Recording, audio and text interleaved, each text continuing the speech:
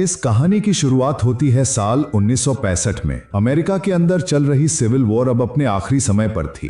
तभी हम एक कैप्टन को देखते हैं जिसके हाथ में एक सोने का सिक्का है। वो इस तरह के सिक्कों से भरे हुए कई बक्से एक जहाज के अंदर लोड करवा रहा था।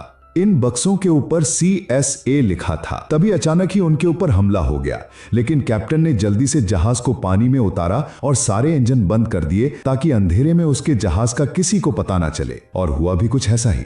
वो दुश्मनों से बचकर निकल गए। अब कहानी आज के समय में पहुंची जब WHO की एक वैन में डॉक्टर सोफिया बैठी थी।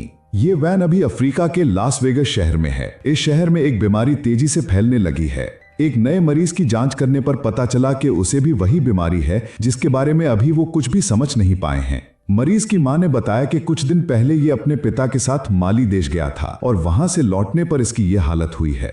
सोफिया ने मरीज को गाड़ी में बिठाया और अपने सीनियर से बात की कि अभी से भी मिला लो। तो टोटल 6 लोग हो चुके हैं, हमें जल्दी से WHO को ये फाइल देनी चाहिए। लेकिन सीनियर का मानना था कि इतने कम केसेस में कोई उनकी मदद नहीं करेगा। सोफिया अब माली देश जाकर यह पता लगाना चाहती थी कि वहां ऐसा क्या है कि लोग बीमार पड़ रहे हैं। माली देश में इस वक्त अंदरूनी जंग चल रही थी और सीनियर ने कहा कि कोई भी तुम्हें ऐसे खतरनाक हालातों में उस देश में जाने की परमिशन नहीं देगा। इसी दौरान एक नकाबपोश आदमी उनके ऊपर नजर रखे हुए था। शायद उसे इन डॉक्टरों का यहां आना पसंद नहीं है। तभी सोफिया को ध्यान आया कि मरीज के पिता का भी सैंपल ले लेना चाहिए। जिसके बाद सोफिया लाइट हाउस की तरफ निकल गई जहां वो काम कर रहा था। वहां पहुंचकर सोफिया ने देखा कि उसकी भी बिल्कुल वैसी ही हालत है जैसी उसके बेटे की थी, बल्कि वो तो जान गंवा चुका है इस बीमारी से। सोफिया ने चुपचाप उसका सैंपल लिया और बाहर आ गई। इसी बीच पास के समुद्र में एक आदमी बोटिंग कर रहा था और नकाबपोश आदमी जो दूर से डॉक्टर्स को देख रहा था उसने अचानक सोफिया पर हमला कर दिया। लेकिन इस बोटिंग कर रहे आदमी ने तभी वहां आकर सोफिया को बचा लिया। लेकिन इसी हाथापाई में वो नकाबपोश आदमी सोफिया का बैग लेकर वहां से भाग गया। जब सोफिया की आंख खुली तो वो नोमा नाम के एक जहाज पर थी जो समुद्र में खजाना ढूंढने वालों का एक जहाज है। बाहर वही आदमी था जिसने सोफिया की जान बचाई थी। ये आदमी समुद्र में ढूंढी हुई एक कीमती मूर्ति लेकर बाहर निकला। ये लोग दरअसल ढूंढना तो उसी CSA वाले जहाज को चाहते हैं, लेकिन आज तक उसका कोई सुराग ही नहीं लग पाया। तभी एल्मोरा जो कि इस जहाज का मालिक है वहां आया। जिस आदमी ने सोफिया को बचाया उसका नाम डग है। एल्मोरा ने डग से कहा कि जो खजाना हमने ढूंढा है उसे रात को होने वाली म्यूजियम पार्टी में डिस्प्ले पर लगाना है, इसलिए जल्दी से साफ करवाओ उसे। जिसके बाद डग एक नाइजीरियन डीलर से बात करने गया। पार्टी में उस बेशकीमती मूर्ति को सबके सामने दिखाया गया। ये असल में एक अफ्रीकन राजा की कब्र है जिसकी कीमत हजारों करोड़ रुपए होगी। डग जल्दी से उस डीलर के पास पहुंचा और वहां उसने डग को एक सिक्का दिखाया जिस पर CSA लिखा हुआ था। डग ने तुरंत यह सिक्का लिया और कहा कि ये तो बरसों से मेरा सपना है। आज तक किसी को नहीं पता चला कि वो जहाज कहां गायब हो गया। पार्टी में मैस्कट कंपनी का मालिक भी है जिसने खजाने की खोज पर पैसा लगाया था। इस आदमी की माली देश में काफी अच्छी जान पहचान है, इसलिए सोफिया ने उससे मदद मांगी वहां पहुंचने के लिए। कंपनी के मालिक ने कहा कि वहां जाने में बहुत खतरा है, लेकिन अगर वो फिर भी जाना चाहती है तो वो रास्ता निकालने की कोशिश करेगा। कुछ देर में डग भी वहां आ गया और उसने CSA का वो सिक्का जेम्स को दिखाया। उसने ये भी बताया कि यह सिक्का माली में रहने वाले एक आदमी को मिला है और डग का मानना है कि उस जहाज का मलबा भी माली में ही कहीं मौजूद होगा। जेम्स ये सुनकर काफी खुश हो गया और उसने डग और एल्मोरा को 3 दिन के लिए माली जाने की इजाजत दे दी। वहां जाकर वो इस जहाज को ढूंढने की पूरी कोशिश करेंगे और अगर जरा सा भी कुछ सुराग मिला तो फिर पूरा ऑपरेशन स्टार्ट हो जाएगा जहाज को ढूंढने का। अगले दिन जब ये लोग पोर्ट पर पहुंचे तो वहां सोफिया और डॉक्टर जैक पहले ही बैठे थे। सोफिया ने डग को बताया कि जेम्स ने कहा है कि मैं और डॉक्टर जैक भी तुम्हारे साथ जा सकते हैं माली। और फिर ये 5 लोग माली की तरफ निकल गए।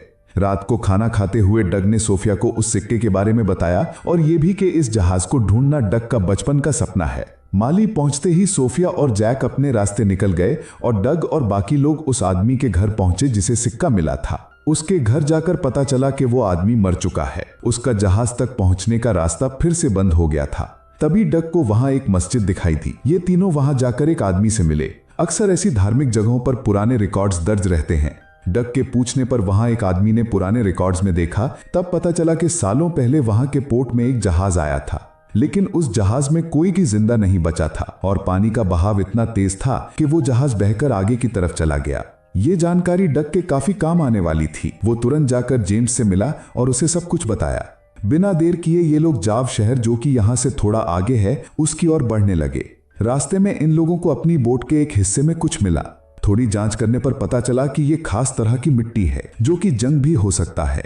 लेकिन डग ने कहा कि बहते पानी में इस तरह की मिट्टी का मिलना आम बात नहीं है। ये एक सोचने वाली चीज थी। तभी अचानक एक मिलिट्री बोट उनकी तरफ आने लगी। ये ऑफिसर बार बार एक ही बात पूछ रहे थे कि वो डॉक्टर अभी कहाँ है जो तुम्हारे साथ यहाँ पर आए हैं। यहाँ के राजा को पता चल चुका था कि उसके देश में 2 फिरंगी डॉक्टर आए हैं ताकि वो उस बीमारी की तह तक जा सकें जो वहां आसपास फैली हुई है। राजा ने ऑर्डर्स दिए थे कि उन्हें जल्द से जल्द रोका जाए वरना बहुत बड़ी परेशानी हो सकती है। डग समझ गया कि कुछ तो गड़बड़ जरूर है, वरना इन्हें डॉक्टर से क्या दिक्कत। डग ने जवाब दिया कि सर हमको ज्यादा इंग्लिश नहीं आती है, तो बोट साइड में लगा के बात करते हैं। डग ने उनकी ओर एक रस्सी फेंकी जो उन्होंने अपनी बोट पर बांध ली, जिसके बाद डग ने अपने दोस्तों को इशारा किया कि फुल स्पीड में दौड़ाओ और एक ही झटके में ऑफिसर्स की बोट पलट गई। डग ने जल्दी से वो रस्सी भी काट दी और फिर वो लोग वहां से भाग गए। लेकिन मुश्किल अभी खत्म नहीं हुई थी। कुछ ही दूरी पर 2 और बोट्स उनका इंतजार कर रही थीं और वो उन्हें देखते ही गोलियां चलाने लगे। डग समझ गया कि अब तो हमें बोट से कूदना होगा वरना जान बचने वाली है नहीं। कूदने से पहले उन्होंने फ्यूल टैंक में चीरा लगा दिया ताकि जबरदस्त धमाका हो। जब दूसरी बोट उनके करीब आई तो तीनों पानी में कूद गए। ऑफिसर्स ने बोट पर गोलियां चलाई और लीकेज की वजह से एक जबरदस्त धमाका हुआ जिसमें सारे के सारे पुलिस वाले मारे गए। जल्द ही ये तीनों नदी से निकलकर किनारे पर बने एक घर में पहुंचे। रूडी ने डग से पूछा कि अब तो हमारे पास बोट भी नहीं है, तो जहाज को ढूंढने का काम बंद कर देंगे क्या? डग ने कहा कि उसे बाद में ढूंढेंगे, पहले तो हमें उन डॉक्टरों की जान बचानी होगी वरना इनके हत्थे चढ़ गए तो मार देंगे दोनों को। डग ने रूडी से कहा कि तुम जल्दी से बॉर्गर पार करके अल्मोरा के पास जाओ और वो खुद जेम्स के साथ दोनों डॉक्टरों को ढूंढने निकल गया। वहां दोनों डॉक्टर से गांव में पहुंचे जहां एक भी आदमी नहीं दिख रहा था। उन्होंने बहुत ढूंढा लेकिन हर तरफ सन्नाटा था।